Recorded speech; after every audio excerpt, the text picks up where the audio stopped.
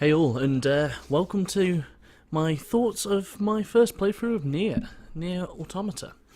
Um, Big heads up right now, big warning. This is going to be spoiler heavy. I'm going to cover the story quite heavily and some of the gameplay quite heavily. So, to be honest, to be able to break it down and talk about the parts I want to talk about, I'd rather just issue a massive spoiler warning at the beginning. If you don't want to watch it, turn off. If so, if you want to see my thoughts, then carry on through. The first thing I'm probably going to start with is the gameplay. The gameplay of the first playthrough has been pretty decent platinum combat. I'd say initially I thought it was actually quite basic in a lot of ways, such as there only being very few combos available to you, the dodge maneuver being fairly essential, but also the enemy's attacks as well. You know, you're only getting attacked by one, maybe two different attacks from the very initial enemies, and as you get a bit further, you know, you might get a couple more thrown in, and that's actually the key point. The difficulty, not necessarily the difficulty, but the complexity of the combat does definitely increase as the game goes on. You're looking at massive more amounts of attacks, more combinations of different enemy types that mean you're going to have to deal with more incoming different attacks at the same time, so your dodging is not going to be as simplistic as just keep waiting and things like that. You're also going to get a greater amount of combos, so as you upgrade your weapons you do get more combos available to you, more button presses and more choices to make in that front, which I think it's decent gameplay design. But yeah, that's actually the other point before I go on to the actual design of all that. But the other point is you have these chips, which I've mentioned before, which you can upgrade yourself with, and they actually add a layer to the complexity as well, because it allows you to do things such as charge attacks and parries, something which I've not quite yet mastered yet, but oh well. So stuff that's going to change the gameplay overall, and that for me is good design, because it's not offloading too much on a person to before they play. It's allowing them to sort of get to grips with it all, figure it out, and progress forward in their own sort of way. So I think the actual combat's been very decent. The other thing that adds to it as well, the boss battles have been pretty decent so far as well, through the first playthrough. The other point I want to point out is the side quests. I actually dislike the format of the side quests so far, because it's mostly been fetch quests. Good, on the good side of them, they give you a little hint of story each time you complete a side quest. Not necessarily story, but a bit of background of the character that you're doing the quest for, or background for the world as well, and general exposition. And I actually I like the exposition that's given to you. It's interesting tidbits of, you know, sort of machines questioning their, in brackets, humanity, from just silly little tidbits of information as well. I was struggling to think of another one, to be honest, but the actual format of just going out and collecting things to get this information, after playing other games with a greater amount of quests, it does begin to feel a bit stale by the end.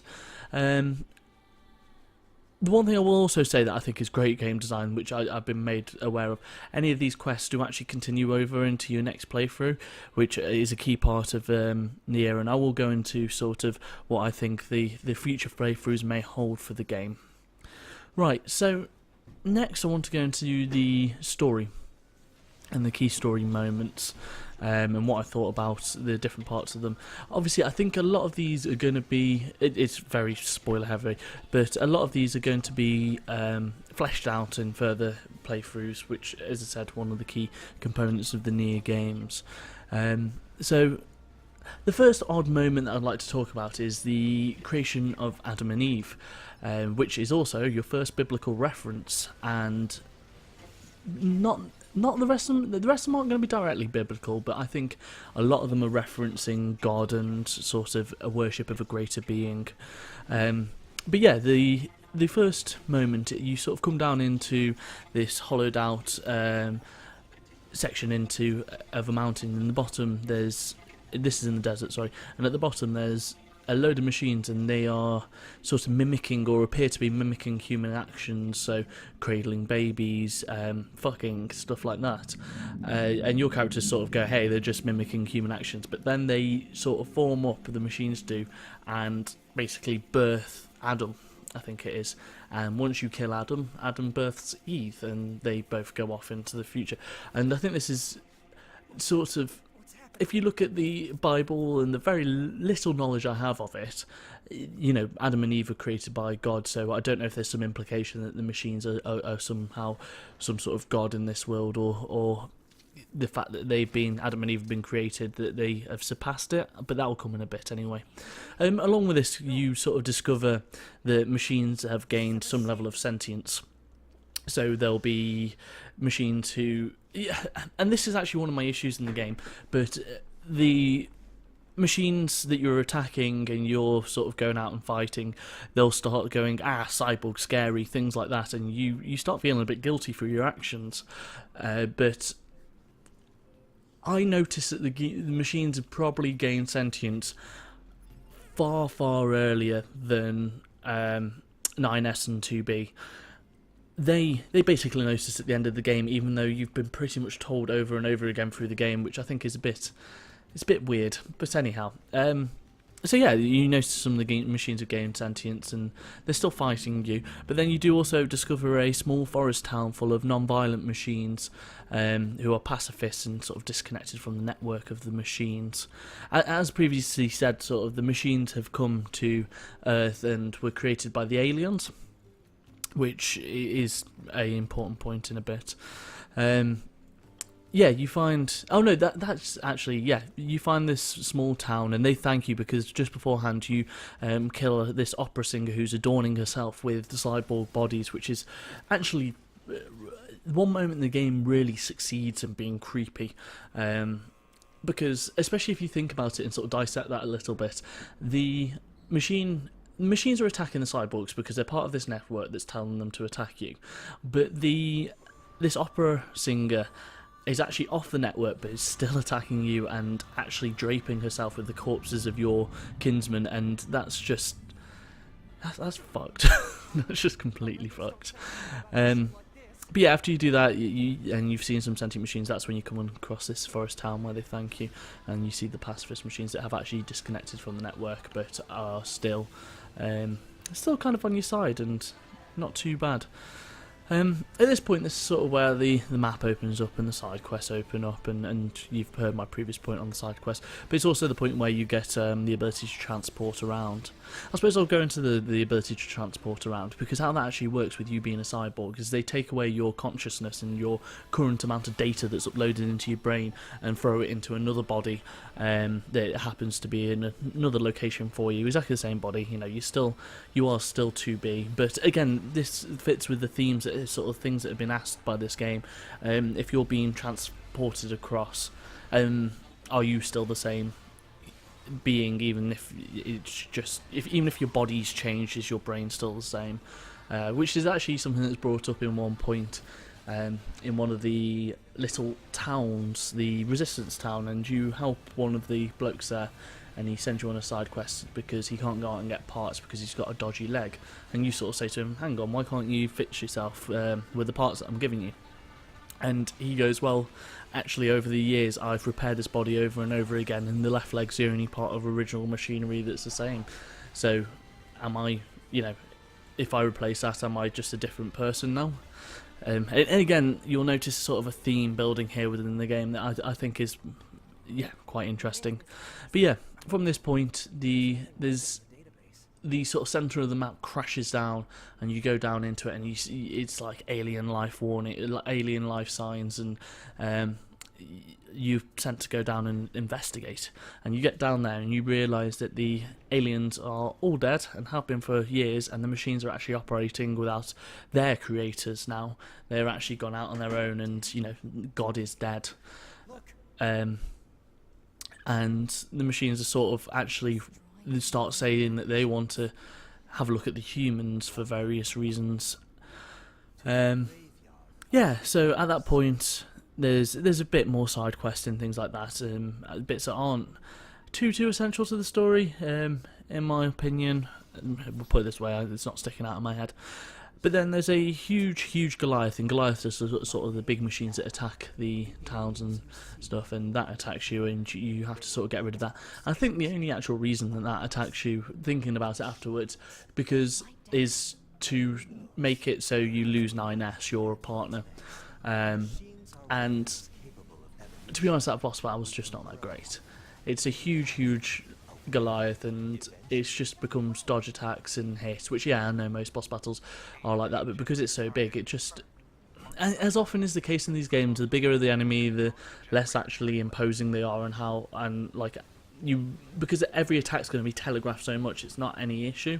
There's no real wit or like reaction times being tested there. It's more focused around sort of just doing the damage and sitting there. But anyway, so be it, you beat it, and you've lost 9S. This is where you trace his signal down to an underground world, and basically you see these doors locked off throughout the game, and you can't get through them. I assume that they all go to the same place, because I've only gone down the one at this moment in time. And you go down there, and there seems to be this town built up, and I think at some point it says it's built up of silica and carbon.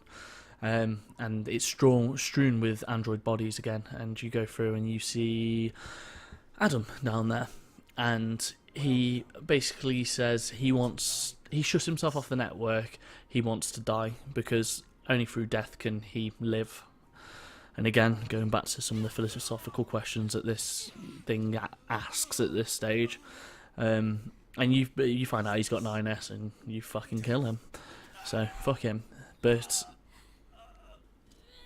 from there, yeah, you kill him and you rescue 9S. From there, sort of jumping, I think, ahead a tiny little bit, you go back to the forest town, and you find out that another machine group want to parley with them and want to sort of have a conversation with them, and they say, oh, we've disconnected from the network.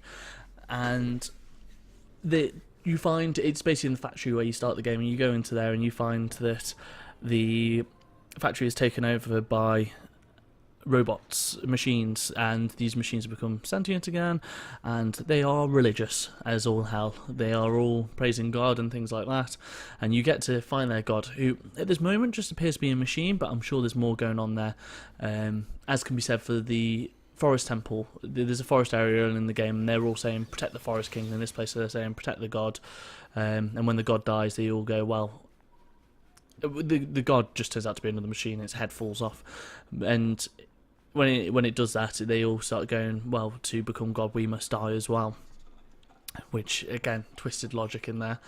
There's also something along the lines of, and this is my read on it, and I might be very wrong with this, but you get attacked by some bombers in this area, and that only happens once before in the game, and they're basically, it's suicide bombers, but they are saying we must die for God sort of thing again. So you do sort of question if that's some sort of commentary on the real world situations, and I think there's a possibility there. But again, this game, multiple playthroughs, more could be sort of shown as you get further into it. But yeah, from here Eve goes insane because she killed his brother Adam, and he drives all the other machines insane, and you get into a big fight with him, you beat him. 9S dies, and at this point a couple of interesting things are brought up, because 2B's holding 9S, and 9S being dead on the floor is sort of saying, I'll be fine, my consciousness will get translocated to another body, and 2B goes, but that won't be you right now in this moment, because we haven't had a chance to upload your current consciousness, so you will be dead. And then she has to kill him because he gets infected. Oh yeah, that's it. He can't upload because he's infected with the machine, but so she kills him, and then he basically becomes a machine. And at this stage, finally, through all this bullshit, they finally click that they have become sentient, which, in my opinion, is a bit too late in the story for 2B and 9S to sort of click this shit. But yeah, that's sort of a run through of the different points of the story, but and what I think of them as individual moments. And obviously, basically, this is doing a lot of questions of God and humanity and what it means to be human. I think the really interesting thing that it actually does is it manages to ask all of these questions without you ever actually once seeing a human. So you are you've got to step back from the whole situation. It's no longer questioning humanity directly. It's questioning what does it mean to be human and conscious, but without any involvement of that whatsoever, which I think is a really interesting way to do it, definitely. The last thing I sort of want to talk about in this video is what I think might be coming in future playthroughs, because as I mentioned previously, will be future playthroughs of this game, and each playthrough I think gives you sort of a different perspective, as sort of these games and the original Nier and stuff like that are actually quite well known for. At one point in the story we do meet another android called A2, and she's basically gone rogue, and she says actually no, there's something with the humans wrong, which is something I've guessed from the start because you never actually see a human in the first playthrough, so I thought there might be something going on there. What it is I'm not sure at this stage, but that will be interesting I think to sort of dive down. I think there are also several chests that I couldn't open. They will become accessible in a new playthrough and perhaps offer different rewards for playing through the game. And there are also these areas that were locked off, and as I said, this area that went down underground and showed the town built out of carbon and silica, there's actually several doors very similar to that in the world. I remember one in the desert and one in the forest, and outside of it there's a robot that says, I can't tell you what this is, I can't tell you, you know, you will have to find out in the future. So I imagine there might be either further towns built down there, or perhaps each time I fight Adam and Eve it's going to take place in a different location. But we'll find that out as we play through, and I think they'll definitely be brought up. I'm interested to see sort of how else this game's going to play through. I hope it doesn't dog me down with too many more side quests, because they're already got a bit repetitive, but they also give you interesting stories, so swings and roundabouts I suppose. But yeah, I'm going to get my head down and play through some more of this game. Peace out.